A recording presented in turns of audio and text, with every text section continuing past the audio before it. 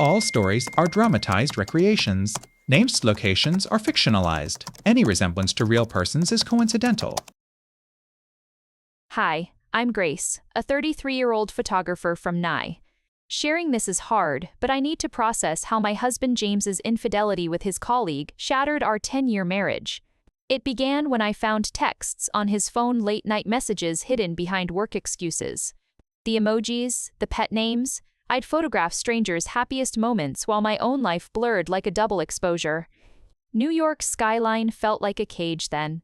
I'd stare at the Hudson at dusk, wondering how someone who held me during chemotherapy could kiss her in conference rooms. He called it stress relief. I called it erasing us. That first proof, a selfie they took reflected in his office window, was my Hiroshima.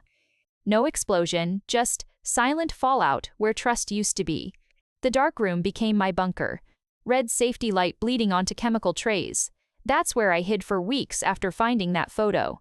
Clients praised my maternity shoots, never knowing I'd flinch when mothers touched their husbands' hands. "Grace, these are magical," they'd say. I'd nod, throat tight, watching happy families dissolve in stop bath like ghosts.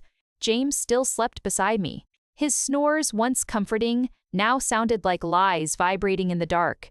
I started documenting decay, wilted bouquets at bodegas, cracked sidewalk weeds, abandoned dolls in rain. My camera saw what everyone ignored. One Tuesday, I developed shots from the Brooklyn Bridge. Between fog-veiled towers, I noticed him, James, crossing the frame. Unplanned, unposed, arm slung over her shoulder near Jane's carousel. The coincidence felt cruel, like developing my own crime scene. I took the 6 train to work, studying strangers' rings. Wondered how many were props. At the studio, bridezilla Rachel yelled about her jawline. "Make it slimmer," she tossed her veil. "Mark's ex is here." Her rage felt pure, honest. I envied it. That night, James brought tulips, my favorite. For my best girl. The stems snapped in my fist. Petals bled onto his polished shoes. He didn't ask why. We ate takeout silently, chopsticks clicking like a ticking bomb. Rain slapped the darkroom window when I found the receipt. Crumpled in his coat pocket, Le Bernardin. Oysters. 2 champagne flutes sketched on the margin. Our anniversary was Wednesday. I'd made meatloaf. I drove to Rockaway Beach at 3 a.m. Shot long exposures, waves erasing footprints. Salt stung my split lips. How many times did he kiss her after tasting sea brine? The horizon blurred gray. No division between ocean and sky. At sunrise, Mrs. Chen waved from her deli. "Extra cream cheese, yes?" Her kindness undid me. I sobbed by the Gatorade fridge. She handed me a warm pork bun, no questions. Humanity's stubborn tenderness. That's what broke me open. James left for Denver. Conference. I traced his flight path online. Then I smashed his monogrammed cufflinks with a hammer. Tiny sapphires skittered like blue tears across the floor. My Broken Things series went viral. Gallery offers flooded in. Critics called it raw femininity. Ironic? They admired the wreckage while I slept in its rubble. Last frame, our wedding china buried in Prospect Park. Digging with bare hands, dirt under nails. Silver fork tines gleamed like bones in moonlight. A burial. A beginning. The gallery opening should have felt like victory. Instead, champagne bubbles tasted like betrayal fizzing on my tongue. 53 prints of broken things, lined white walls, curators murmuring praise while fingering checkbooks. A critic compared my wilted lilies to Georgia O'Keeffe. I smiled, gripping my Nikon-like armor. James texted during the speeches, "Proud of you," the lie glowed, a grenade in my palm. I photographed his message before deleting it, shutter clicking like a bone snapping. My therapist called this reclaiming narratives. I called it surviving minute by minute. Winter gripped Brooklyn. I started haunting demolition sites. Crane shadows slicing condemned buildings into geometric wounds. My new series, Endings Before Renewal. Safety goggles steamed up as I captured plaster dust swirling like ghosts leaving bodies. One frozen morning, I found our old jazz club being gutted. Where he'd proposed under blue spotlights, bulldozers chewed through stagewood. I shot until frostbite numbed my fingers. Mrs. Chen left pork buns at my studio. Eat. Too thin. Her wrinkled hands arranging sesame buns in a cardboard takeout box, a still life of compassion. I photographed it beside the demolition shots. Juxtaposition, destruction, and nurture. The nightmare came every Tuesday. Always the same, James and her reflected in his office window, but when I raised my camera, the lens showed my own face. I'd wake gasping, sheets damp. Started sleeping in the dark room, red bulb my nightlight. Dr. Armand suggested volunteering. Redirect the pain outward. I resisted until I saw the shelter flyer. Photograph rescue dogs for adoption profiles. First session, a three-legged pit bull pressed his muzzle to my knee. Named Champion. His owner surrendered him after 10 years, moving overseas. I understood abandoned loyalty. We shot by the Gowanus Canal, Champion leaning into me as barges groaned past. When he licked my tears, the salt felt medicinal. James's birthday arrived. And each day, about problems of workers, all they sing to a stage-rated about people embedded. Our tradition, Coney Island hot dogs and the cyclone.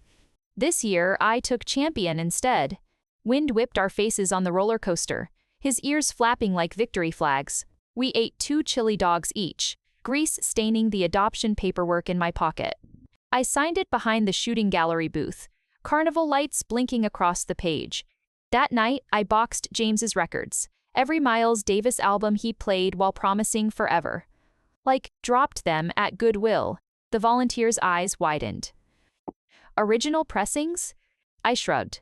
They're somebody else's memories now. Spring came.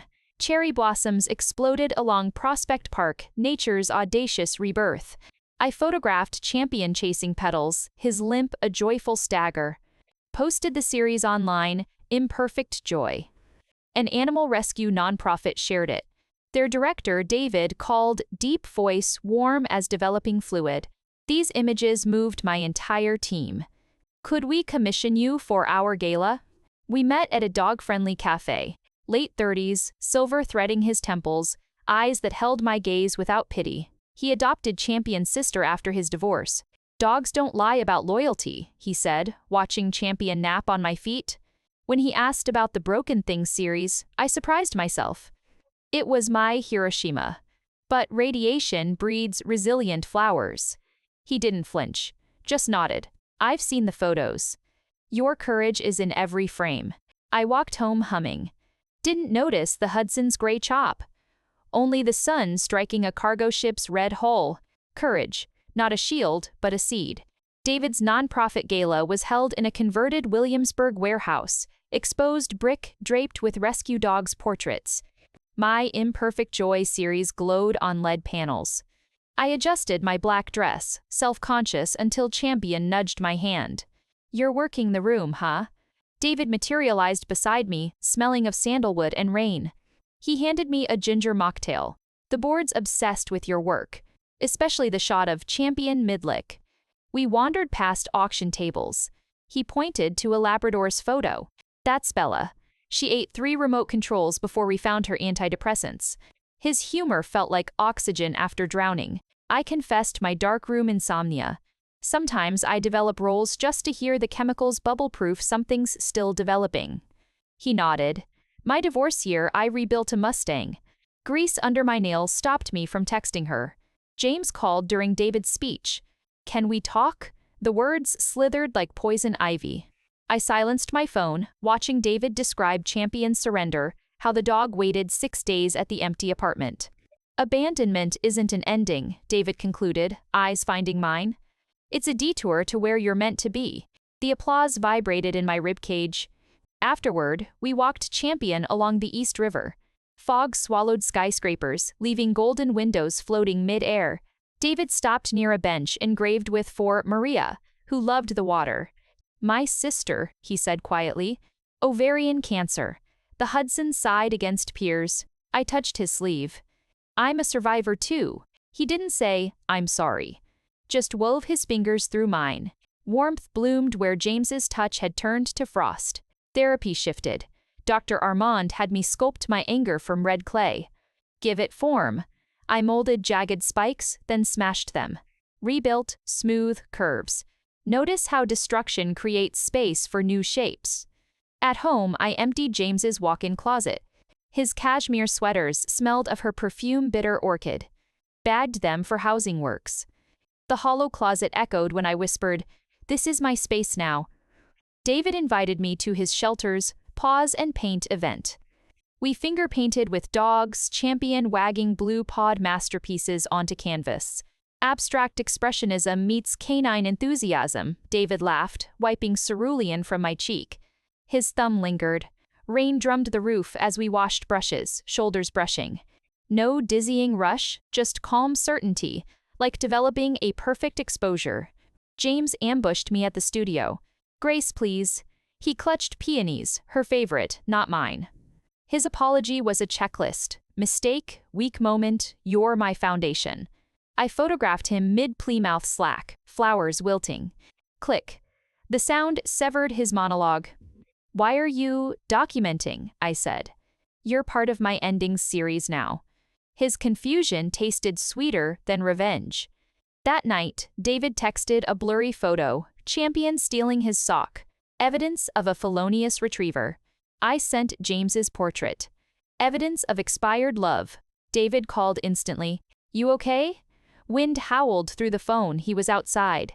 "Wanted to hear your voice." I pressed the receiver to my ear, imagining him leaning against his truck. We talked until dawn painted the dark room's red light pale pink. I agreed to one coffee with James. "For closure," he cried into his cappuccino, which she meant nothing. The lie curdled the air. I slid a manila envelope across the table. Divorce papers. His signature trembled, the same hand that wrote me love notes during chemo. Outside, David waited in his Jeep, champion panting in the backseat. No questions, just reached across to squeeze my hand. As we drove past the Brooklyn Bridge, I rolled down the window.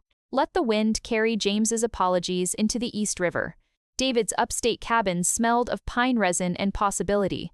He'd warned me, no Wi-Fi, just woodpeckers. Champion bounded through ferns, his three-legged hop shaking dew onto my boots. We'd driven north after the divorce finalized, the legal papers crisp in my glove compartment like shed skin. "Welcome to my reboot station," David said, unloading firewood. The cabin's porch faced a glacial lake, its surface mirror still at dawn. I set up my tripod, capturing mist coiling off water like spectral dancers. For the first time in months, I didn't seek brokenness in the frame. He taught me axe splitting. "Shoulder-width stance," he corrected, palms warm on my hips. The blade thunked clean through birch. "Better than therapy, right?" Wood chips flew. I laughed, a sound forgotten since before Hiroshima. Later, we kayaked to a granite island. David pointed to eagle nests while I shot time-lapses of clouds bruising the sky purple. "You photograph silence beautifully," he remarked, watching me adjust aperture. His observation landed softly, unlike James's performative praise. When my fingers numbed, David warmed them between his palms without comment. The simplicity undid me. Tears fell on my light meter. "Hey," he murmured, thumb catching a tear. "Saltwater and optics don't mix." Champion nosed my elbow, completing the circuit of comfort. Back home, my clearing series poured out. Not ruins or rescue dogs, just upstate's untamed grace. Moss on boulders like emerald velvet. Dragonflies suspended in amber light. Dr. Armand tilted her head at the prince. "You stopped documenting wounds." I realized she was right. The darkroom's red glow no longer felt like a wound, it was a womb. James's final email arrived. "I'm moving to Chicago." Her transfer came through. Attached was a photo of our wedding album in a dumpster, his grotesque offering of closure. I deleted it, then photographed my empty left ring finger against developing fluid. The negative looked like a liberation flag. David's shelter fundraiser exceeded its goal. The clearing prints auctioned for $5,000 each. He reported, spinning me in his Brooklyn loft. Champion barked at our dizzy orbits. We ordered sushi, feeding each other salmon rolls while planning a shelter expansion. "I want your lens to capture every kennel transformation," David said. His trust was a spotlight, not a interrogation lamp. Later, sorting his bookshelf, I found a dog-eared Rilke collection. A passage underlined, "Let everything happen to you, beauty and terror." David's handwriting in the margin, "Grace understands this." My breath caught. He watched me from the doorway, leaning against the frame like he'd always belonged there. Found my survival manual? He asked softly. The call came on a Tuesday, the day my nightmares once visited. MoMA's curator, we want clearing for our new ecologies exhibit. I stood mute in darkroom red light, chemical scent sharp in my nostrils. David whooped, lifting Champion's paws in a victory dance. That night, we celebrated at our deli. Mrs. Chen pressed red bean buns into our hands. Good man, she declared, nodding at David. He look at you like sunrise. Walking home, we paused at the Brooklyn Bridge. Same spot where I'd captured James's betrayal years ago. Now David's arm anchored me against the wind, his jacket sharing warmth. Remember when this view was your enemy? He asked. Below, harbor lights shimmered on ink-black water. I raised my camera, not to exorcise ghosts, but to claim beauty. The shutter clicked. A new exposure. Let's go home, David said, kissing my temple. Champion trotted ahead, leash dangling. Home. The word no longer echoed in an empty closet. It smelled of darkroom chemicals, wet dog, and his sandalwood soap. David's alarm buzzed at 5:30 a.m., a gentle chime, not James's blaring siren. I burrowed into pillows smelling of pine and his sandalwood soap. Adventure day, he whispered, already pulling on hiking socks. Champion thumped his tail against the rug, anticipating trails. Outside, Adirondack mist clung to the firs like torn lace. We hiked to Ozable Chasm, David pointing out barred owl feathers and fossil layers in the cliffs. Geology's slow poetry, he said, handing me a rust-streaked rock. I framed it against the gorge, billion-year-old stone resting on my palm, moss-like green velvet. James would have called it just a rock. David saw stories in strata. Back at the cabin, we gutted rainbow trout. His hands moved with efficient grace, silver scales catching firelight. My grandpa taught me this on Lake Michigan, he said, rinsing blood from the sink. I documented the ritual, knife glinting, fish eyes like liquid obsidian. David's focused brow. Not afraid of the mess? He asked. I thought of chemotherapy basins, of James's hidden texts. Mess reveals truth, I said. He kissed my temple, leaving a smudge of river water. That afternoon, thunder boomed. Rain drummed the tin roof as we played Scrabble by the stone hearth. Champion snored at our feet. David laid down restore across a triple-word score. Cheater, I laughed. Nostalgic, he corrected, eyes soft. Lightning flashed. In that blue-white moment, I saw our future, decades of storms weathered inside warm rooms. The city felt different returning. Not a cage anymore, a canvas. My Mama installation opened in 3 weeks. Curators requested artists' vulnerability, early self-portraits from the darkroom days. I hesitated. Those images were raw nerves. Mai curled on the darkroom floor, red light bleeding like an open vein. David scanned them silently. Their courageous grace. Like scars that say, I survived. He helped me mat each one, his fingers steadying the trembling corners of my past. James's last letter arrived, forwarded from my old studio. I saw your MoMA feature. You look happy, no apology. No regret. Just observation, like he'd commented on the weather. I burned it in David's fireplace, watching curling ash rise. Ghost mail? He asked, handing me marshmallows. We roasted them over the embers. Sweetness bloomed in my mouth, erasing the taste of James's words. David surprised me with a Coney Island shoot, reclaiming the cyclone. We rode it 7 times, screaming laughter into salt wind. He insisted on buying carnival prizes, a giant stuffed bear for me, a rubber bone for Champion. Cliché is underrated, he shouted over the rattling tracks. I photographed his wind-whipped hair, joy unguarded. Later, we ate cotton candy on the pier. Sunset turned the Wonder Wheel gold. Remember our first hot dogs? He asked. Champion licked grease from my fingers. Remember, I thought, isn't a trap anymore. Installation day. MoMA's white gallery swallowed sound. Technicians hung my clearing series. Upstate's wild piece opposite the Broken Things collection. The contrast was brutal. Beautiful. David stood beside Champion at the entrance, holding tulips. My favorite, not hers. Ready? He asked. I touched a photo of Champion mid-leap in the lake. Water droplets froze around him like shattered diamonds. Ready. The first viewers entered. A woman paused before my darkroom self-portrait. Tears tracked her mascara. She turned to me. My husband left last month. This, she touched her chest, makes me feel seen. David squeezed my hand. Reclaiming narratives, Dr. Armand would say. I called it passing the light. The MoMA crowds thinned to a quiet hum, security guards shifting near exits, polished floors reflecting the last stragglers. I lingered by my darkroom self-portrait. The woman who'd cried earlier left a folded note beneath it. Your light found me in the dark. Thank you. David read it over my shoulder, his breath warm against my ear. You did that, he murmured. Champion leaned against my leg, grounding me as gallery lights dimmed. We walked home through Central Park's midnight paths. City sounds muffled by spring foliage. New leaves unfurling like shy promises. David laced his fingers through mine. That note, it's why you survived, Grace. To turn pain into lanterns for others.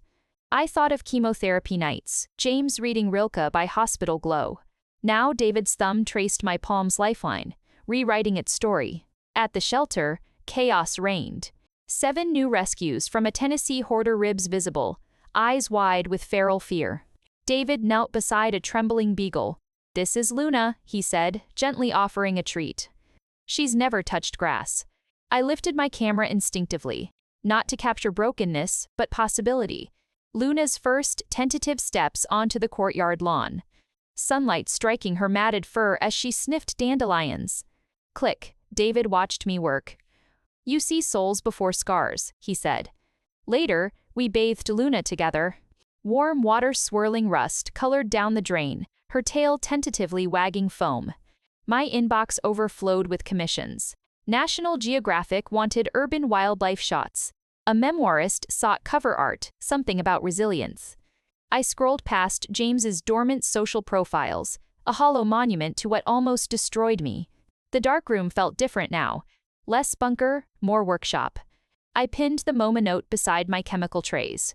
Then I did what terrified me. Printed James's office window reflection photo, the one that started my Hiroshima. Its edges curled in the developer like a dying leaf. With David's wood-carving knife, I sliced it into fragments. Not angrily, deliberately. Each shard floated in fixer solution before I reassembled them into a mosaic on fresh paper. A fractured skyline overlaid with Luna's dandelion wonder. Destruction and renewal sharing one frame. David found me at dawn, red light softening my silhouette. He studied the collage. New series? Reclaimed exposure, I whispered. His kiss landed on my ink-stained knuckles, a seal of approval. We took Champion to Montauk. Off-season, the lighthouse stood solitary against steely Atlantic waves. David challenged me, shoot without your Nikon. Just memory. I closed my eyes. Salt spray, Champion's bark echoing off cliffs. David's hand steadying my waist against the wind. Later, sketching in my journal, I realized I'd memorized the light's exact blue-gray hue as it bled into horizon. At a seaside diner, we shared fried clams. Rain lashed the windows. David slid a small box across the formica. Inside, a vintage lens, 1940s Leica, belonged to my grandpa. I mounted it on my camera, testing its weight.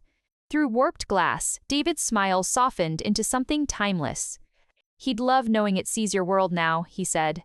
Outside, a rainbow fractured the storm clouds. Champion howled at it, leash taut with joy. James's final ghost surfaced unexpectedly.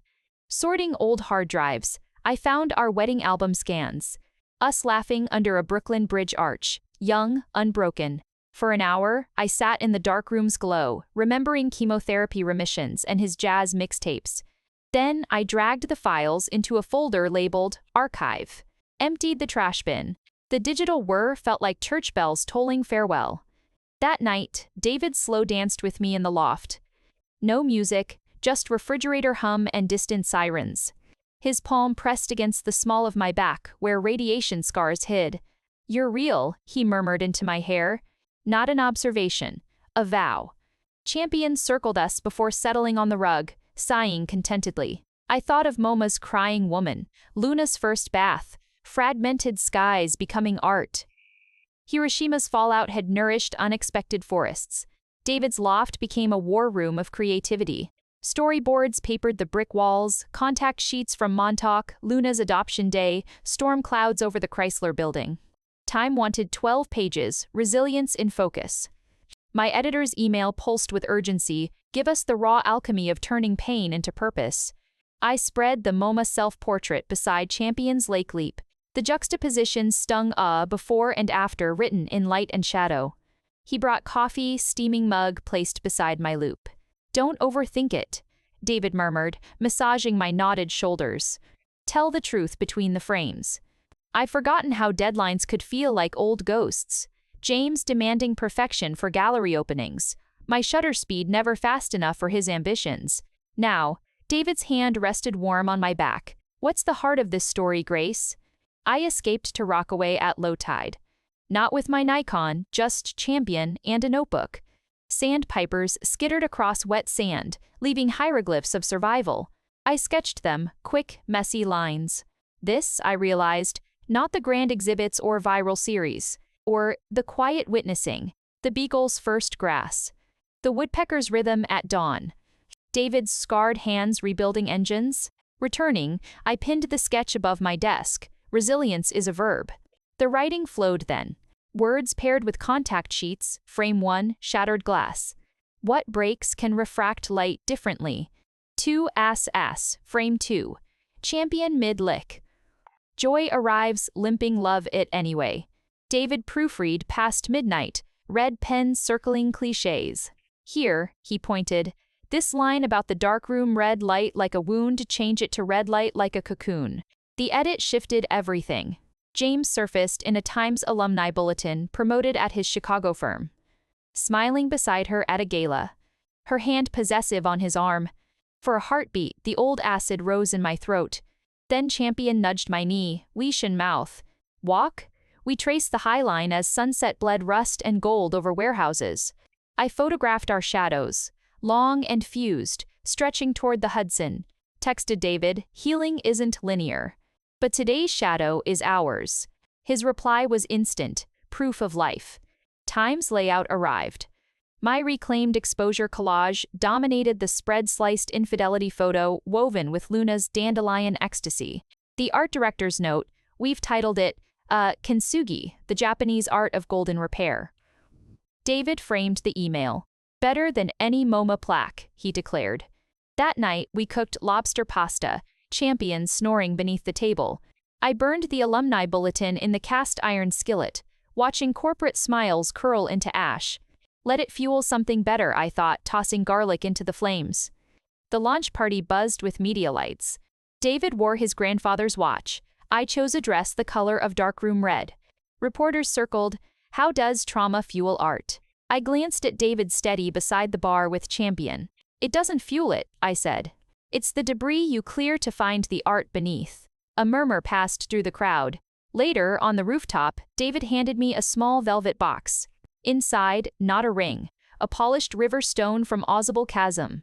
Engraved, for the woman who photographs silence. Solid enough to anchor you, he said. Light enough to carry anywhere. I pressed it to my cheek, cool and eternal. Below, taxis flowed like molten gold. The city that witnessed my shattering now held my reassembled self. Not flawless, but fused with gold. David's proposal wasn't a question, it was a sunrise. We stood on the cabin's dock, mist rising off the lake like exhaled breath. He didn't kneel, just pressed the river stone into my palm, still warm from his pocket, and nodded toward the water. Look, first light struck the pines, gilding the tips gold. Then, silent as prayer, a heron unfolded from the reeds. Wings wide, it skimmed the glassy surface, its reflection doubling the grace. Champion whined softly, sensing the sacredness. David's hand found the small of my back. That's us, he murmured. 2 becoming 1 flight. No diamond ring could hold that kind of promise. I curled my fingers around the stone, its engraving biting into my skin like a vow. Reality rushed back in Queens. Luna's adoption fell through. The family's landlord refused pets.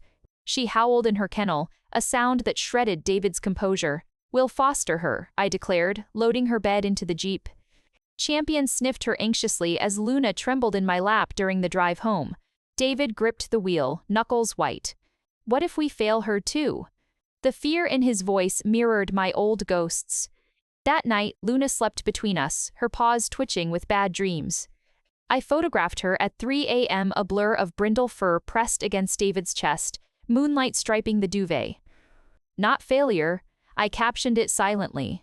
Temporary landing. My reclaimed exposure exhibit traveled to London. The curator requested new work, something on found families. I hesitated. Family meant James's abandoned albums, chemo rooms with only nurses holding my hand. Then David brought home takeout, Mrs. Chen's dumplings, and Luna stole a pork bun off his plate. Champion licked her muzzle clean. I raised my camera, two mismatched dogs sharing stolen joy, David's laughter crinkling his eyes. The contact sheet told the story. Frame 1, theft. Frame 2, complicity. Frame 3, belonging. James emailed, a shock in my inbox. Subject line, congratulations. His words were careful, hollowed out, saw the London feature. You seem settled. I deleted it, then paused. Typed 3 words, I am. Thanks, no bitterness, no blessing, just closure in neutral ink. Fostering Luna unraveled us. She chewed David's vintage baseball glove, peed on my mama catalogs. We argued over training methods, his patience versus my discipline. One rainy Tuesday, she escaped into the subway. We searched for hours, David's voice growing raw, calling her name. I shot flash photos of damp tunnels, my panic, a metallic taste. Near dawn, a transit worker found her shivering under a Coney Island-bound platform. David cradled her, mud streaking his shirt. Okay, he whispered into her fur. Okay, little wolf, you're ours. The surrender in his voice broke something open in me. Not exhaustion, surrender. London's Tate Modern felt colder than MoMA. Gray light slanted through high windows onto my Found Families series. The centerpiece, Luna and Champion sleeping nose to tail on David's old flannel shirt. A critic approached, gesturing at the image. Sentimental, he sniffed. Before I could speak, David stepped forward, Champion's leash firm in his hand. Actually, he said, calm as deep water, it's documentary. Love's never tidy. Ask Luna, she ate my Mickey mantle. The critic blinked. I slipped my hand into David's pocket, fingers finding the river stone. Later, by the Thames, we ate fish and chips from newspaper. Luna begged scraps, her tale a metronome of trust. You defended my work, I said. David wiped vinegar from my chin. Defended our story. Fog swallowed the shard, leaving just us and the lapping water. I pulled out the stone, its engrament catching the weak English sun. For the woman who photographs silence. David smiled. Ready to fly home? Champion nudged my knee. Luna leaned against David's leg. Our mismatched, mud-stained, dumpling-stealing family. The heron's wingspan in my mind. The loft filled with cardboard boxes, David's engineering blueprints mingling with my matted prints. Luna sniffed suspiciously as we merged bookshelves. His Rilke leaned against my Susan Sontag essays. 2 libraries making peace, David joked, but his fingers lingered on my chemo journal tucked between poetry volumes. I pulled it free. Burn it? I offered. He shook his head, placing it gently on the nightstand. Your history isn't kindling, Grace. It's foundation. Packing my old darkroom equipment felt like burying a weapon. I hesitated over the red safe light. Its glow once my only comfort. David unscrewed the bulb. We'll build a new darkroom upstairs. With a window. He pointed to the skylight where pigeons cast fleeting shadows. Light over isolation, I thought. Champion nudged a box marked fragile, negatives, his tail thumping approval. Mrs. Chen arrived unannounced, arms laden with bamboo steamers. Wedding dumplings practice, she declared, invading the kitchen. Luna promptly stole a shrimp filling. Chaos ensued, flour dusting David's hair, my attempts at pleating folds collapsing into grotesque lumps. Mrs. Chen trend-tesked, her hands moving with military precision. Love, she stated, sealing a perfect crescent, is like dumpling. Messy inside, smooth outside. David photographed my flour-smudged cheek, the lens catching Luna's guilty retreat under the table. Later, reviewing the shots, I paused. Not at our laughter, but at the background. James's monogrammed towel forgotten on a hook since the split. Still claiming space. Without a word, David balled it up. And acts and other process is access to over to We walked to the Hudson at twilight, the towel weighted with river stones. Ready? He asked. The splash was swallowed by currents. No ceremony, just erasure. London's Tate curator demanded rawness. Show the cracks in your found family. I resisted. Why expose Luna's anxiety or David's sleepless nights monitoring her? Then Luna shredded my favorite darkroom apron, the one stained with developer from my MoMA days. David found me crying over torn canvas, chemical burns blooming like brown roses. Shoot this, he urged, handing me the Leica. The real kintsugi. The resulting triptych shocked me. Torn apron, frayed edges stark under clinical light, David's hand suturing canvas with fishing line, brow furrowed Luna, sleeping on repaired fabric, nose tucked into mended tear. I titled it Darning. The curator wired, perfect. Hurt and healing, sharing the frame. Dress fittings became tactical operations. My designer, Marco, fluttered around me with pins. A silhouette that says, reborn, yes? David waited outside with Champion and Luna, a chaotic tableau of leashes tangling, Luna chewing a bridal magazine. Marco peeked through the curtain. Your entourage is eating Vogue. I laughed, the sound loosening Marco's pincushion grip. Good. Vogue needs disrupting. Choosing flowers felt like armistice negotiations. Peonies, her flower, were vetoed. David suggested wild bergamot from upstate.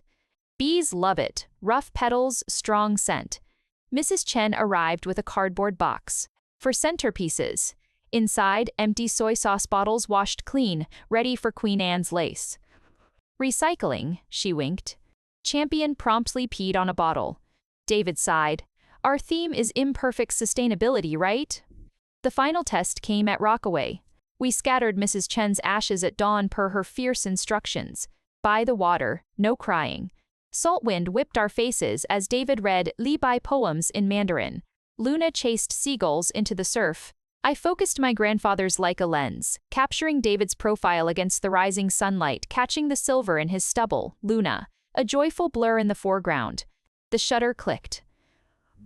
Not documenting an ending. Witnessing a continuum. Back at the loft, I printed the Rockaway shot. David studied it silently. This, he tapped Luna's blurred form, is the heart. He framed it beside Mrs. Chen's soy sauce bottles, now holding bergamot. Our altar to messy, enduring love. Rain hammered the cabin's tin roof on our wedding morning, a furious drum roll. Luna whined at thunder while David wrestled his bow tie. Mrs. Chen's dumpling prophecy, he muttered. Messy inside. I smoothed my simple ivory dress, its linen already creased. No cathedral, no procession, just us. Champion, Luna, and the glacial lake holding its breath under storm clouds. The officiant, a park ranger named Maeve, arrived dripping wet. Adirondack blessing. Rain means rooted love. She unrolled a birch bark scroll. Luna promptly snatched it. Chaos erupted. David lunging, Champion barking at lightning, Maeve laughing as birch bark shredded like wedding confetti. I photographed the madness, David's half-tied bow tie askew, Luna's guilty eyes gleaming behind torn bark. This, I thought, our perfect disaster. We stood under a cedar bough arch as Maeve recited modified vows. Do you promise to share your darkroom's red light? David's thumb brushed my knuckles where James's ring once sat. And your last pork bun?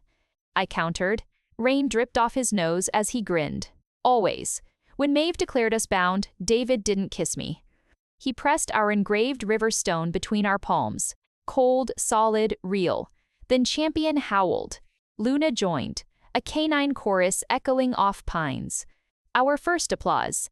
The reception was hot cocoa by the fire. David played his grandfather's guitar, singing off-key Leonard Cohen. Dance me to your beauty with a burning violin. We swayed, Luna chewing my hem, Champion sighing on David's boots. Outside, the downpour gentled to mist. Golden hour fractured the clouds, gilding the soaked forest. I changed into flannel and hiking boots. Adventure? David asked, tuning a string. Documentation, I corrected, handing him his grandfather's Leica. We hiked to the granite island, wedding attire soaked again within minutes. At the summit, David framed me against the newly cleared skybride backlit by sun, mud-splattered hem. Luna's snout nudging my hand. The shutter clicked. Proof, he said, that real love isn't afraid of dirt. James's final ghost arrived via FedEx, a battered shoebox labeled Grace's Negatives. Inside, undeveloped roles from our marriage. Italy's Amalfi Coast. My first post-chemo haircut. James blowing out birthday candles, eyes crinkled with genuine joy then. David watched me sort them silently. Your history, he said simply. Like, no jealousy, no fear. We developed them together in the new skylit darkroom. Images bloomed in trays, ghosts laughing in Positano, my bald head wrapped in James's scarf, a cupcake's single candle. Not erasure, archaeology. David hung them to dry beside our wedding shots. See? He pointed to my chemo smile. You've always been radiant. That night, Luna woke us, whining at the cabin door. David stumbled outside. Grace. His voice hushed. I joined him barefoot. The lake was still, mist rising like steam. And there, where he proposed, stood the heron. Moonlight silvered its feathers. It watched us, unblinking, then lifted into flight. Wings beat the damp air, reflections skimming black water until bird and echo merged into darkness. David pulled me close. It remembered. I pressed the river stone to my lips, cool, eternal. Inside, Luna and Champion slept tangled before dying embers. Our mosaic, shattered glass and dandelions, chemo scars and dumpling flour, torn vows rewoven with fishing line. Not flawless. Fused with gold. 2 years blurred like a slow-shutter cityscape, vibrant streaks of routine and surprise. Our Brooklyn loft now breathed with shared history. David's blueprints pinned beside my framed kintsugi series, Luna's chew marks decorating chair legs like avant-garde carvings. Mornings began with chaos. Champion's hopeful stare at the treat jar, Luna's paws on the windowsill barking at delivery drones, David humming off-key as he ground coffee beans. Domestic symphony, I called it in my journal. My new project consumed me. Urban migration documenting climate refugees reshaping city landscapes. Detroit auto workers retraining as hydroponic farmers. Miami retirees building floating gardens. David proofread my grant proposals late into nights, red pen circling bureaucratic jargon. Simplify, he'd murmur. Make them feel the calloused hands planting seeds in parking lots. The call from National Geographic came during Luna's vet visit. We want urban migration as a 12-month feature, the editor said. David held Champion's leash as I muffled a scream into Luna's fur. The vet raised an eyebrow. Good news? Life-changing, I breathed, scratching Luna's belly where stitches once closed a hoarder's neglect wounds. Celebration was takeout sushi on the fire escape. David raised a tuna roll. To parking lot gardens and my wife, the woman who makes resilience visible. City lights blinked below like 1,000 approving stars. David's shelter expansion broke ground in Queens, a solar-powered facility with therapy gardens. I documented the construction, steel beams rising beside saplings, volunteers painting murals of rescued dogs. One afternoon, a frail girl in a wheelchair visited. I'm Hannah, she whispered, stroking Champion's head.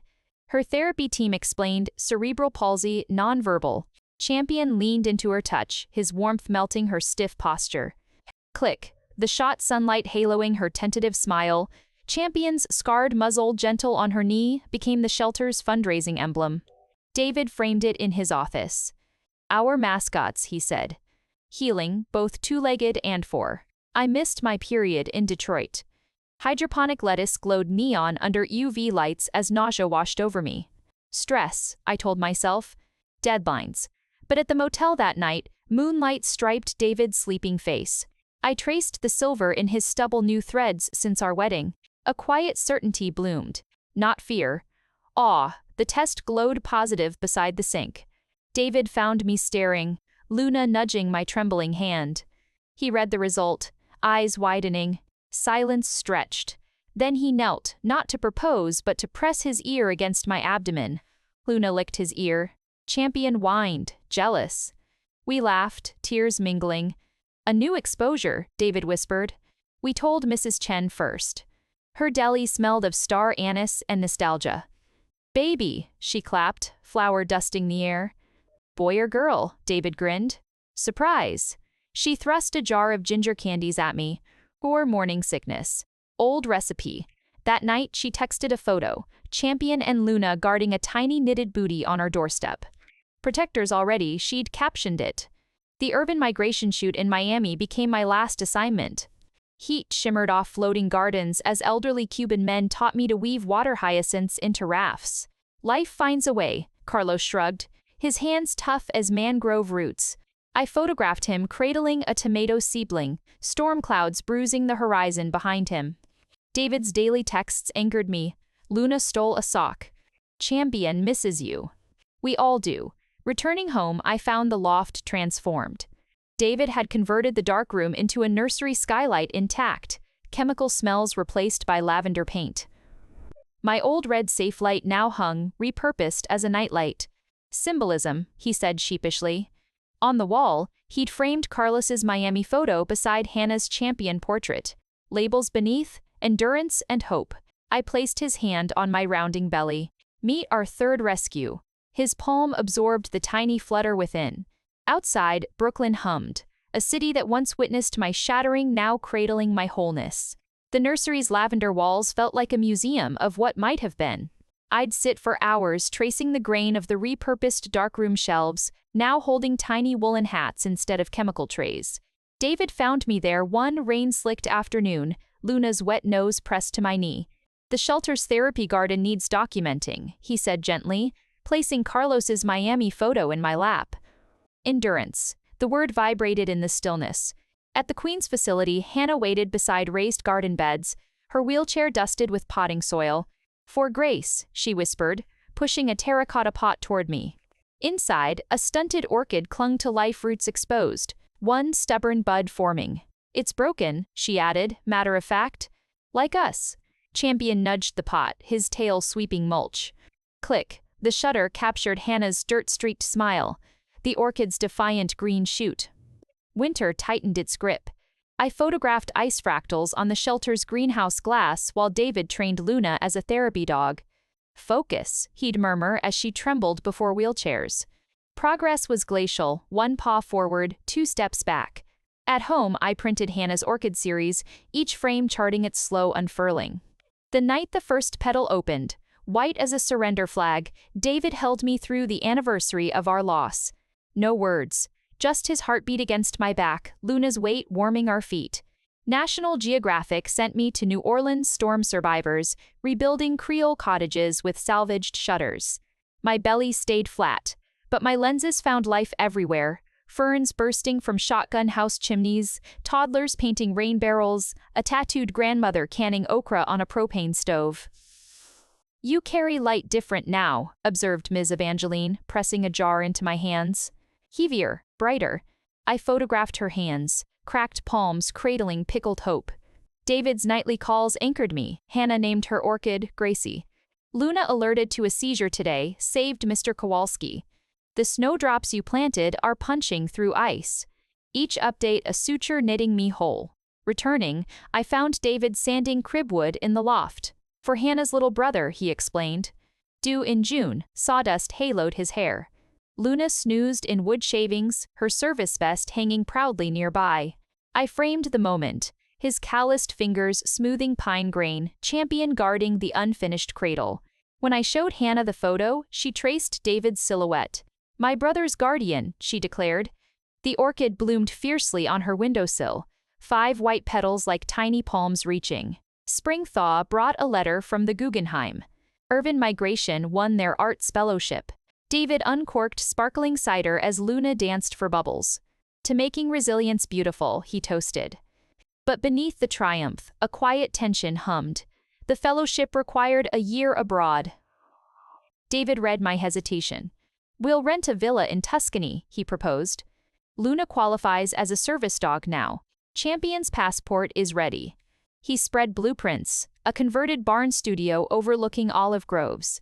Our seeds need new soil too, Grace. That night, I dreamt of the heron. Not flying, nesting. Twigs clutched in its beak as it waded through marsh reeds. Dawn found me sketching at the kitchen table, bird, branches, a shadowed figure knee-deep in water. David studied it over coffee. Italy has herons, he offered, pointing to the figure. Who's this?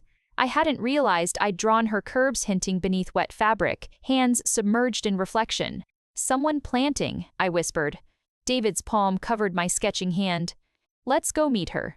We buried Hannah's orchid pot in the therapy garden. Its purpose served. New shoots already crowded the bed. Peonies from Mrs. Chen, bergamot from our wedding, Ms. Evangeline's okra seeds. Circle of life, Hannah announced, patting the soil. Champion licked her cheek. Luna nudged my hip pocket, her signal for I'm here. David's fingers intertwined with mine, dirt under our nails. No grand pronouncements, just roots digging deeper in shared ground. Tuscany smelled of sun-baked earth and defiance. Our rented stone farmhouse crouched on a hill, olive groves cascading toward distant vineyards like green waves. David uncrated cameras while Luna explored terracotta pots of rosemary, her service vest startling sparrows into flight. Home for a year, he declared, wiping sweat from his neck. I framed him against cypress sentinels, engineer conquering chaos with graph paper spread over a rustic table, champion panting in the shade of a centuries-old well. The urban migration work began at dawn. Sardinian shepherds guiding flocks through abandoned wee bunkers. Moroccan teens grafting vines onto blight-ravaged roots. My belly remained quiet, but the Leica grew heavier each day, not with grief, but purpose. David transformed the barn into a makeshift darkroom, red safe light glowing beside hanging prosciutto. Hybrid space, he joked. Fixer fumes and pancetta. Luna's breakthrough came in Siena. We documented climate refugees, Syrian potters teaching locals to craft water filters from Tuscan clay. Amid the kiln's roar, a boy clutched his mother's skirt, paralyzed by PTSD tremors. Luna nudged his hand without command. When he buried his face in her fur, David's camera captured the moment, cracked hands stilling on wet clay, the boy's shoulders unlocking. That evening, Luna slept deeply, paws twitching as if chasing healing through dreams. I developed the shot in the barn. Chemicals swirled beneath the boy's tear-streaked smile. David watched the image emerge. She chose him, he murmured. Not the job. Outside, fireflies dotted the vineyard like stray pixels of light. News arrived via pixelated Zoom. Hannah's brother arrived healthy, squalling, named Luca. For light, her mother explained, adjusting the screen to show champion snoozing beneath the bassinet. David built a crib from olive wood that night, carving Luca into the headboard. Sawdust coated Luna's fur as she supervised. Guardian upgrade, I teased, photographing wood shavings glittering in her brindle coat. My own body remained stubbornly still. Dr. Rossi, our brusque Italian GP, scanned my chart. Stress suppresses possibilities, she declared, prescribing daily dips in the thermal springs. Bodies remember trauma. Warm water reminds them to forget. David drove me to Bagni San Filippo calcium white formations like frozen waterfalls. I floated in milky blue warmth, Luna paddling beside me. She thinks she's a retriever, David laughed, capturing Champion's jealous whines from the bank. The heron found us in October. We were documenting Venetian glassblowers crafting flood barriers from recycled marine when it landed on the canal's edge, still as a statue. Our witness, David whispered. For weeks it appeared, Murano's furnace glow on its wings, Chioggia's fishing nets at dawn, Ravenna's Byzantine mosaics at sunset. I began a secret series, Heron as cartographer. One foggy morning near Pisa, it led us to a derelict chapel. Inside, frescoes of St. Lucy, patron of light, peeled from damp walls. But in the apse, defiance, wild orchids burst through cracked stone, roots gripping mortar like veins. Hannah's Gracie, I breathed. David pressed my hand to the cool plaster. Life insists. The fellowship's climax was a Genoa exhibition refugee portraits projected onto shipping containers. Opening night thrummed with polyglot murmurs. David navigated crowds with Luna, her vest signaling working. A curator gestured to my Heron series. Why the bird? Before I could answer, nausea surged, sharp and unfamiliar. I stumbled to the restroom, Luna alert at my heels. In the fluorescent glare, the test strip bloomed 2 lines. I emerged trembling. David read my face instantly. Grace? The question hung amidst clinking Prosecco glasses. Luna nudged the positive test in my pocket. He pulled me into an alley where laundry fluttered like prayer flags. No words. Just his forehead pressed to mine, our breath fogging in the salt air. Somewhere above, wings beat against the indigo night. Back inside, I raised my camera. Not at dignitaries or art, but at David's hand, solid and scarred, resting on my still flat stomach. The heron watched from a projected fresco, its reflection rippling across our future. The Genoa alleyway spun, laundry lines flapping like startled wings, David's hands cradling my face. Are you sure? He breathed. Luna pressed against my legs, sensing the seismic shift. I nodded, the pharmacy bag crumpled in my fist. Somewhere beyond the harbor walls, a ship's horn bellowed low and resonant as a vow. We fled the gallery's champagne buzz. David drove the winding coastal road back to Tuscany, my head against the window, watching the Gurian moonlight silver the olive groves. Luna slept in the back seat, muzzle on my shoulder. Dr. Rossi first thing, David said, knuckles white on the wheel. Not fear, ferocity, the kind that rebuilds ruins. Rossi's clinic in Lucca smelled of antiseptic and aged wood. Ah, la guerriera, she boomed, ultrasound gel warm on my belly. The monitor flickered, a grainy cosmos. Then, a tiny bean-shaped nebula with a flicker. Flicker, flicker, flicker. Rossi's stethoscope slid from her neck. Il cuore, she whispered. David's grip on my hand became an anchor. Luna whined, nosing the screen. She knows, David laughed wetly. We celebrated with focaccia in Piazza dell'Anfiteatro. Pigeons scattered as Luna chased crumbs. David sketched floor plans on a napkin nursery extensions to the barn studio. Skylight here, he pointed, rocking chair facing the cypresses. I photographed his chalky fingerprints over Olive Grove blueprints. Our future drafted on paper thin as hope. Morning sickness arrived like a rogue tide. I retched behind Siena's medieval dumpsters while documenting Sardinian shepherds. Luna fetched water bottles, nudging my knee. David rigged a mobile darkroom in our Fiat, developing trays wedged between emergency crackers and ginger candies. Multitasking, he declared, fixing prints as I shot migrating storks over clay rooftops.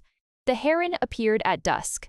We were framing a shot of refugee children replanting scorched vineyards when it landed in a blighted rowhead cocked, one leg poised. Click. The contact sheet revealed it later. Children's grubby hands tucking seedlings into ash, heron watching like a feathered foreman. David labeled it supervisor. News traveled. Hannah video called, Luca gurgling on her lap. A cousin, she announced. Champion barked at the screen. Mrs. Chen mailed a care package, dried ginger, tiger balm, and a red silk onesie embroidered with first-rate ass qua, little warrior. David hung it in the barn, beside Carlos's Miami portrait. Endurance meets new recruit, he scribbled on the mat. My urban migration focus shifted. Not just survival legacy.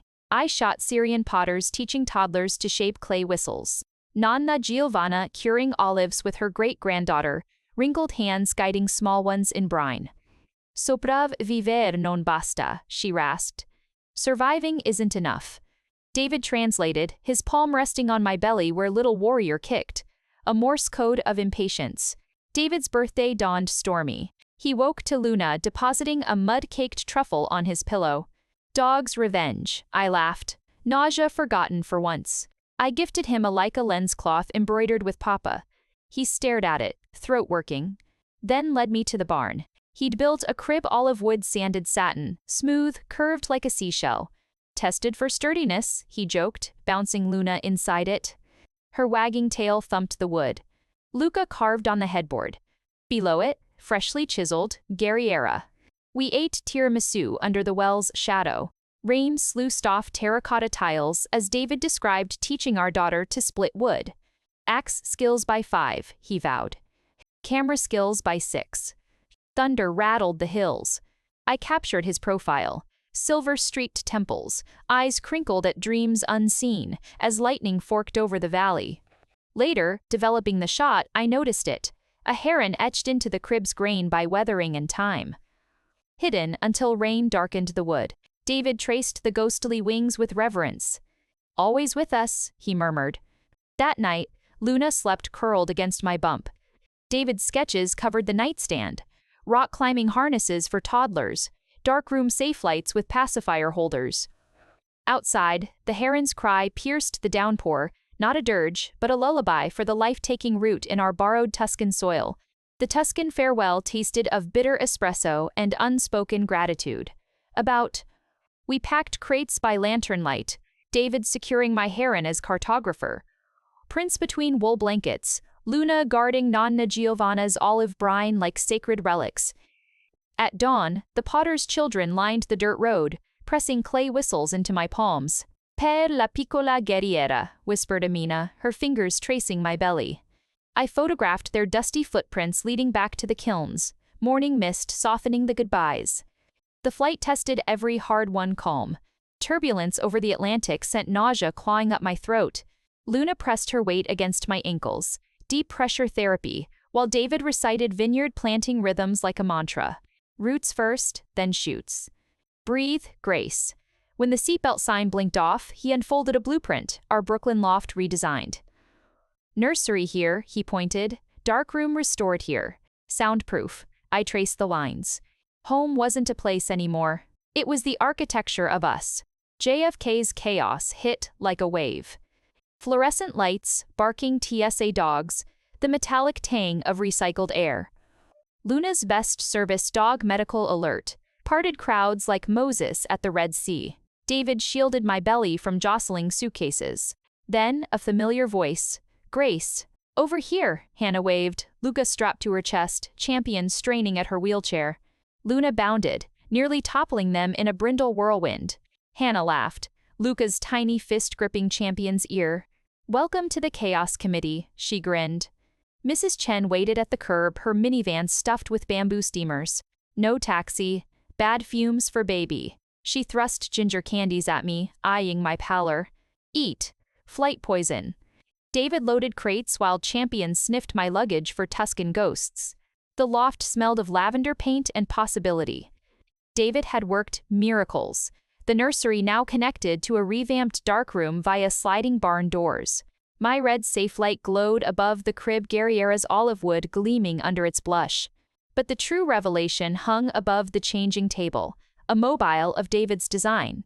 Laser-cut steel herons in flight, each wing etched with coordinates from our journey, 44,440,56 degrees N, 8.9463 degrees E, R Genoa Alley, 43.26 degrees N, 11.331 degrees E days E Sienna Kilns. "So she knows," David murmured. "Her roots span oceans." Luna explored, sniffing unfamiliar city scents through cracked windows. Champion collapsed on his old rug, sighing like a retiree reclaiming his throne. Jet lag haunted me at 3 a.m. I crept to the dark room, Luna shadowing my steps. In the ruby glow, I developed the farewell shots, Amina's dusty feet, the heron watching over blighted vines. David found me weeping over a contact sheet. "Not sadness," I choked. "Awe." He studied the frames, Italian dawns, Hannah's reunion grin, the heron mobile casting winged shadows. "You carried it all, Grace." Every mile. His hand settled where little warrior kicked, a restless pulse against his palm. The next morning, Hannah rolled in with Luca. "Shelter Therapy Garden needs you," she announced, handing me a seedling, Nonna Giovanna's oregano, or Brooklyn soil. We planted it in the rooftop garden David built, raised beds beside the clothesline. Luca gurgled in my sling as dirt packed under my nails. Champion supervised, Luna alerted when my breath hitched, a remnant of panic I thought I'd shed. "Still my guardian," I whispered into her fur. Mrs. Chen's delivery sealed the homecoming. Bamboo steamers piled with wedding-style dumplings. "Lee," for baby strength. She scrutinized my belly. "Girl, I see in your eyes." David laughed, feeding Luna a pork scrap. "We'll see, Mrs. Chen." That night, contractions gripped like iron bands. Not Braxton Hicks. Rhythmic, insistent. David timed them, face pale but steady, Huda paced, whining. At 2 a.m., my water broke over the Heron Mobile's shadow. "Hospital?" David's voice held no tremor. "Now." In the Uber, lightning split the sky. Luna pressed against my knees as pain crested. I focused on David's blueprint sketch in my wallet. Guerriera's crib, dark room, skylight. Roots first, then shoots, I chanted silently. Rain lashed the windshield. Brooklyn's skyline blurred and beautiful. Triage was a fluorescent dream. Nurses frowned at Luna. Service dog? David produced her certification. She alerts to neurological episodes. A lie? But his tone brooked no argument. Luna settled under the bed, muzzle on my foot. When the epidural flowed, cool and kind, David unfolded a tiny onesie Mrs. Chen's Mai embroidery glaring red in the clinical light. Ready to meet our warrior? He asked. I gripped his hand. Outside, thunder shook the city. Somewhere over the East River, wings beat against the storm. The delivery room's clock ticked through centuries. Contractions were tectonic plates, shifting, each wave threatening to fracture me. David's palm anchored my lower back, counterpressure steady as bedrock. Luna's muzzle never left my ankle, her low whine syncing with the monitor's beep. Alive? It pulsed. Alive. Alive. Breathe, Grace, David murmured, lips against my sweat-drenched hair. Roots first. I gripped the rails, knuckles bleaching white. A nurse frowned at Luna. Ma'am, animals aren't. Medical alert dog, David cut in, voice flint. Luna lifted her head, vest unmistakable. The nurse retreated. Transition hit like a tsunami. Lights blurred into star clusters. I can't. You are, David insisted, pressing Mrs. Chen's tiger balm to my temples. Camphor cut through antiseptic. Pushing was a supernova. Every nerve ending screamed. Luna's weight intensified on my foot, her signal for ground yourself. David's fingers laced with mine. Heron's wings, he chanted, our old code for courage. I bore down, universe collapsing to this single point. A slither. A wail, time fractured. She landed on my chest, slippery, squalling, fists punching air. Violet skin flushed rose under heat lamps. David's sob cracked the room. Guerriera, he wept, palm covering her back. She quieted instantly, ear pressed where my heart hammered against bone. Recognition. Luna nosed my elbow, sniffing the new life clinging to me. Dawn bled through blinds. I traced her features, David's stubborn chin, my father's widow's peak, a dusting of dark hair like raven feathers. Isla, I whispered. David startled. We'd never discussed names. Isla, he repeated, testing the weight. Like islands, strong, surrounded by love. Luna watched from her post, tail thumping as Isla rooted. The nurse placed her at my breast instinct older than heartbreak. Her latch was fierce, survival encoded.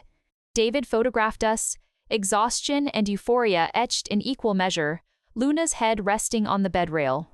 First contact sheet, he'd caption it later. Mrs. Chen arrived at noon, bamboo steamers stacked like armor. Xiao Zhan Shi, she crowed, unveiling congee flecked with ginger. Luna inspected the bowl before allowing her near. Isla slept in David's arms, swaddled in red silk. Mrs. Chen tied a jade pendant around her wrist, against evil winds. Her gaze swept the room, medical equipment, Luna's vigilant stance, David's tear-streaked wonder. Strong start, she approved. Hannah wheeled in, Luca clutching Champion's leash. Champion nosed Isla's feet, whining softly. Gentle, Hannah reminded. He lay down, muzzle on paws, a grizzled sentinel. Luna licked his ear. Passing the watch, David mouthed. Homecoming was a silent parade. Brooklyn's brownstones stood witness as David carried Isla's car seat upstairs. Luna scouted ahead, checking corners. The loft embraced us, Heron mobile spinning softly in the ack breeze. I placed Isla in her olive wood crib. She fussed, limbs flailing. David slid his blueprints aside, lifting her to the dark room's red glow. Shh, little warrior, he crooned, swaying before chemical trays. Isla quieted, eyes wide in the crimson light. Luna circled twice, plopped at his feet. That night, Isla's cries pierced the dark. David warmed breast milk while I rocked her, Luna pressed against my legs. Through the window, the Empire State Building glowed white, unchanged from the nights I'd wept over James's betrayal. Now, its light gilded Isla's forehead. David handed me the bottle. Your turn, he yawned. Isla latched, gulping. I studied David asleep in the armchair stubble, silvered in moonlight. Blueprints crumpled under his elbow. Luna guarded the crib, ears pricked at every whimper. At 4 a.m., I carried Isla to the dark room. Safe light bathed us as I developed Hannah's latest garden shots, sunflowers towering over wheelchairs. Isla watched, mesmerized by the swirling chemicals. Her tiny fist gripped my pinky. Click. A self-portrait in ruby light, her wide eyes reflecting the developer tray's ghostly image bloom, my face a half-seen shadow behind. David found us there. Making art already. He lifted Isla, kissing her temple. That's your legacy, Guerriera. He nodded at the self-portrait, now curling in the fixer. Title? First Light, I whispered. Outside, the city stirred. Trucks rumbled over bridges. Somewhere, a heron fished the Hudson's edge. Isla sighed against David's shoulder, milk-drunk and trusting. The darkroom's red glow no longer signaled hiding. It was the lighthouse we built in the wreckage, spinning its beam over the uncharted waters ahead. Parenthood was a series of exposures developed in perpetual half-light. Nights bled into days, a montage of milky sighs, Luna's alert whines when Isla stirred, David's whispered engineering calculations over the baby monitor. My darkroom became a makeshift nursery annex. Chemical trays now shared counter space with sterilized bottles, red safe light bathing diaper changes in cinematic glow. Isla's colic screamed through midnight.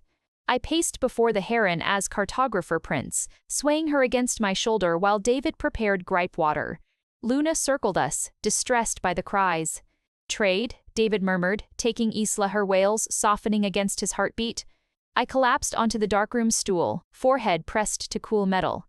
Outside, Brooklyn's skyline pulsed, indifferent. This, I thought, is the raw exposure no gallery shows. Love frayed at 3 a.m. Work reshaped itself. National Geographic postponed the Arctic leg.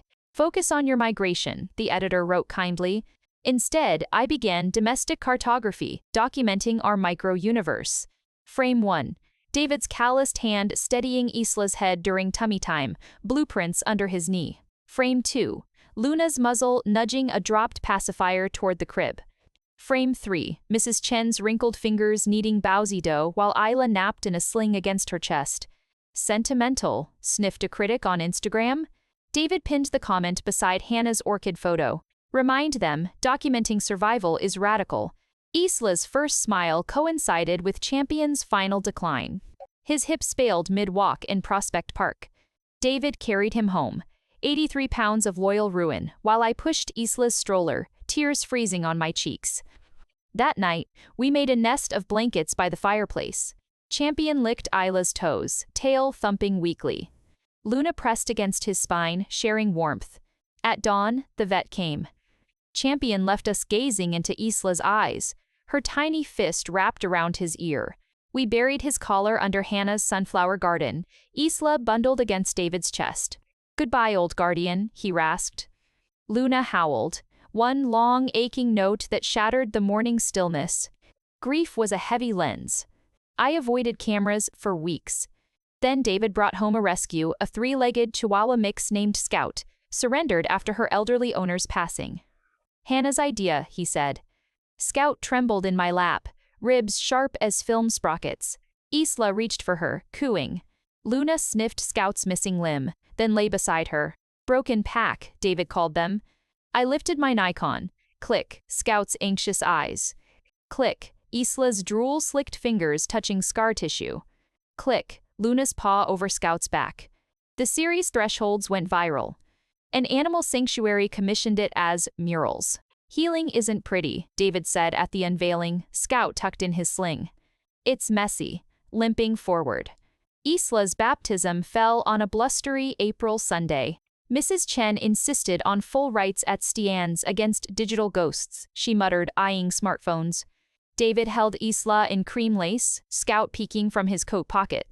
Luna wore a floral bandana, alert beside Hannah's wheelchair. The font's icy water made Isla shriek. Then, as the priest anointed her forehead, sunlight struck the stained glass, casting a kaleidoscope of blue and gold over her face. She quieted, mesmerized. I captured it. David's tear hitting the marble floor, light fracturing through holy water on Isla's skin, Luna's gaze fixed on her charge. Afterward, at Mrs. Chen's deli, we feasted on dumplings. Hannah gifted Isla a tiny sunflower sprout. "Champions watching," she whispered. David unfolded a new blueprint, the Guardian Garden, a Prospect Park plot where rescue dogs could play beside Champions Memorial Stone. "With wheelchair paths," he noted, nodding at Hannah. Isla slept against my chest, milk drunk. Scout licked crumbs off her christening gown. I studied David Silver brighter at his temples, eyes softer since fatherhood. The dark room called, but this light felt sacred too, ordinary, enduring, real. The Guardian Garden bloomed defiantly in Prospect Park's neglected northeast corner, a tapestry of sunflowers, wild bergamot, and wheelchair, accessible gravel paths winding around Champion's moss-capped memorial stone. Opening day swarmed with rescue dogs and veterans, children weaving through sculptures David forged from salvaged subway rails. I documented it all, Isla strapped to my chest, Nikon balanced precariously, while Scout darted between legs, her three-legged hop a joyful staccato. David knelt, adjusting a ramp's incline as Hannah tested it with Luca's stroller. "Smooth enough?" he asked. She grinned, popping a wheelie. "Like butter, engineer." Isla tugged my hair, babbling at Luna who trotted beside us, alert for seizures or stray toddlers. The email arrived as we bathed Isla that night, water splashing over Scout's vigilant paws. National Geographic resurrected the Arctic Project. Document maternal resilience in Svalbard's climate-threatened communities. 10 days. Departure, 3 weeks. David scrubbed soap from Isla's fist. "Go." The word hung between us, steam rising from the tub. "But, Luna's certified for your anxiety. I've got Scout and Mrs. Chen's army." Isla splashed, oblivious. My reflection wavered in the water photographer, mother, wife, fractured identities coalescing. That night, I dreamt of glaciers calving into James's office window, herons frozen mid-flight. Preparations became a military operation. Mrs. Chen sewed thermal inserts into Isla's sling. For David, not Arctic, David designed a feed schedule app synced to Brooklyn time. "Pump here," he pointed at Reykjavik on his tablet. "She eats here." Luna shadowed me, nudging my panic into submission. The farewell wrecked me. At JFK's departures, Isla clung to my neck, whimpering "Mama," her first clear word. David pried her gently away. "Show her the ice bear's grace." Luna pressed against my legs, her vest psychiatric service dog deterring stares. I walked backward through security, memorizing them, David bouncing Isla on his hip, Scout peeking from the carrier, Luna's gaze locked on me until the crowd swallowed them. Svalbard was a monochrome shock. Glaciers groaned under perpetual twilight. I documented Anya, a Ukrainian glaciologist nursing her infant between ice core drills. Her cabin smelled of breast milk and kerosene. "They say mothers shouldn't work here," she shrugged, swaddling Piotr against polar winds. "But who else will sound the alarm?" Click, frost crystallizing on Piotr's lashes as Enya adjusted a spectrometer. Nights were satellite calls over crackling lines. David's face pixelated on my laptop, Isla banging a spoon, Scout stealing broccoli from her tray. "She learned dog today," he reported. Luna barked at my voice through speakers. My pump whirred in the background, storing milk for a child 3 miles away. Anya peered over my shoulder. "Poor man, good keeper." I saved the call screenshot, David's tired smile, Isla's milk-smeared chin. Frame 47, long-distance anchors. Day 7, a blizzard trapped us in Longyearby's research station. Whiteout winds screamed like Isla's colic nights. Anya nursed Piotr by radio static, singing Ukrainian lullabies. I developed shots in a supply closet turned darkroom chemicals sluggish in the cold. The image emerging, Anya's face etched with exhaustion and resolve, glacial meltwater refreezing on her parka. Luna nudged my knee alert. Breath jammed in my throat. I fumbled for Mrs. Chen's tiger balm, inhaling camphor as vertigo spun the room. Luna planted her weight on my boots until the static cleared. "Good girl," I rasped, burying my face in her fur. Anya watched silently, then handed me Piotr. "Hold life. It grounds." His warmth seeped through layers, a tiny furnace against Svalbard's freeze. The return flight was an eternity. Luna slept across my feet, dreaming of Isla's giggles. I scrolled David's photo diary, day 3, first steps. Toward Scout's tail, day 5, ate Mrs. Chen's chili oil. Screamed, learned hot, day 8, Guardian Garden picnic. Luna stole Hannah's sandwich. Customs blurred. Then David at arrivals, Isla waving Mrs. Chen's red silk station flag. Scout yapped in his sling. Isla's eyes wide, questioning, locked onto mine, a heartbeat's hesitation. Then she lunged from David's arms, babbling, Mama. Dog, cold, Luna's tail became a propeller. I buried my nose in Isla's neck scent of lavender and home, as David wrapped us both in his parka. Told you, he murmured into my wind-raw hair. Roots hold. That night I printed the Svalbard shots in the darkroom. Isla sat on my hip, fingers smudging fixer as Anya's glacial defiance bloomed in the tray. David pinned it beside our reunion photo. Isla's flag clutched like a torch, Scout mid-bark, Luna's muzzle tilted toward the camera. Thresholds, Arctic Brooklyn, he labeled the diptych. Isla slept between us. Luna sprawled at the footboard. The red safe light spun its eternal watch. Somewhere over the Atlantic, a heron navigated by starlight winging toward its next uncharted shore.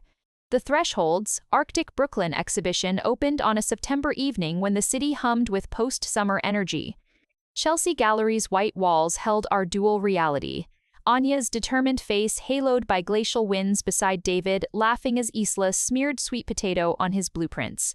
Curators murmured praise, while Luna stationed herself beneath Isla's stroller service vest, gleaming, and Scout patrolled for dropped cheese cubes. David squeezed my hand as we paused before the diptych anchoring the show, Svalbard's melting ice caves mirroring Prospect. Park's Guardian Garden paths. You stitched worlds together, he murmured. Isla babbled, hot, at a video installation of Mrs. Chen's Walk Flames. Mid-speech, a familiar silhouette paused in the doorway. James. Thinner, grayer, clutching a catalog. Our eyes met a static shock across the room. He offered a tentative nod. David's arm tightened around my waist. Want me to? No, I breathed. This was my terrain now. I approached, Luna flanking me. Grace, James stammered. These are profound. His gaze flickered to a photo behind me. Isla sleeping in David's sling, Scout curled against her. Your daughter? Isla, I confirmed. Silence thickened. He touched the catalog's cover, Enya defiant against the blizzard. I heard about the Arctic series. Brave. The word felt borrowed, hollow. Survival teaches bravery, I said gently. Luna nudged my palm alert, pulse rising. James swallowed. I'm glad you found happiness. He left without viewing the rest. David materialized with wine. Ghosts don't haunt well-lit rooms, he observed, watching James vanish into the crowd. Isla grabbed my necklace, Mrs. Icy Tage, which means also intention, and asks for first enders. Chen's jade pendant. Mama. Home. The true revelation came at closing time. Hannah wheeled Luca to the gallery's back wall, a floor-to-ceiling triptych of the Heron series. Look, she urged Luca, hidden in the Ravenna mosaic shot, where the heron stood among Byzantine shards. David had superimposed a microscopic detail, Champion's collar buried in the Guardian garden soil, Isla's sunflower sprout curling toward it. You never told me, I whispered. David kissed my temple. Guardians transcend. We walked home along the High Line, Isla asleep in her stroller. Scout snored in David's tote bag. The city's skyline glittered, no longer cages but constellations. Near the Hudson, David stopped. Remember? Our first walk here. That night, fog had erased everything but his hand in mine. Now, Luna barked sharply. There, perched on a rusted bollard, stood the heron. Moonlight silvered its crest. It watched us, unblinking, as fairies churned the dark water. Then it lifted, wings spanning the river's breadth, and flew south toward the Statue of Liberty's torch. Isla stirred, murmuring bird into her blanket. Final frame, David said softly. At home, I developed the last roll from the exhibition. Between reception candids, one accidental shot, James's reflection in the gallery window, fragmented by Anya's glacial portrait. His face overlapped with ice cracks, almost erased. I printed it, then fed it through the shredder. The strips swirled in fixer-like confetti before dissolving. David bathed Isla while I sorted mail. A postcard slipped out. No return address. Tuscan cypresses under a cobalt sky. On the back, 2 lines, saw Guardian Garden online. Luna would have loved it. Thank you for not erasing me completely. I tucked it behind Hannah's orchid photo. Not forgiveness. Archaeology. The next morning, we inaugurated the garden's new therapy wing. Hannah cut the ribbon with Luca's help. As she wheeled down the path, Isla toddled after her, Scout hopping beside them. David photographed the procession, wheelchair wheels and toddler steps etching parallel tracks in the gravel. At Champion's Stone, Isla patted the moss. "Ooh," she announced. Luna licked her cheek. That afternoon, David framed our final piece, the heron's silhouette over the Hudson, shot from the High Line. He hung it beside Isla's first darkroom self-portrait. "Full circle," he declared. I lifted Isla to touch the heron's wings. "Story," she demanded. David began. "Once a storm broke everything, outside, autumn leaves blazed. Somewhere beyond the city, wings beat against an infinite sky, no longer a guide, but a witness to how far we'd flown. The darkroom's red glow felt like a heartbeat now, steady, warm, no longer a refuge but a familiar embrace. Isla sat on my hip, her tiny fingers smudging the edge of a contact sheet. "Mama's colors," she declared, pointing at the swirling chemical blues.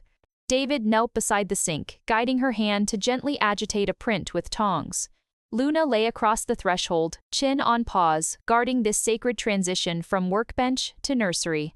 10 years, a decade since Hiroshima.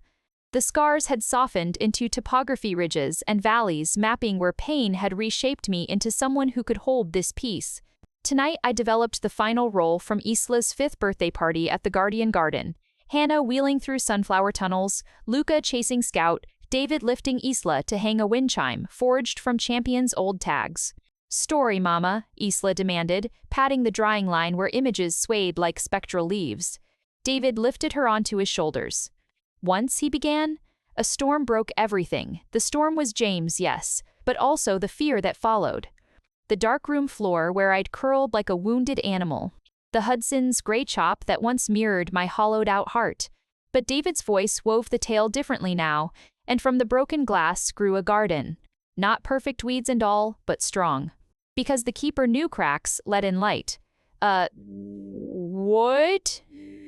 Isla touched a drawing print, her own face laughing under Champion's memorial stone. "My garden," she whispered. I slipped outside to the rooftop. Brooklyn's skyline shimmered, no longer jagged teeth but a constellation of resilience. Mrs. Chen's lanterns glowed below, strung between fire escapes for the Moon Festival.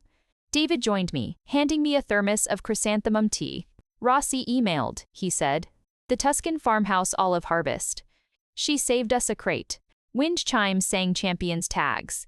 Isla's seashells, David's salvaged subway tokens, a symphony of reclaimed fragments. Luna pressed against my leg, muzzle silvered now, time's patient hand.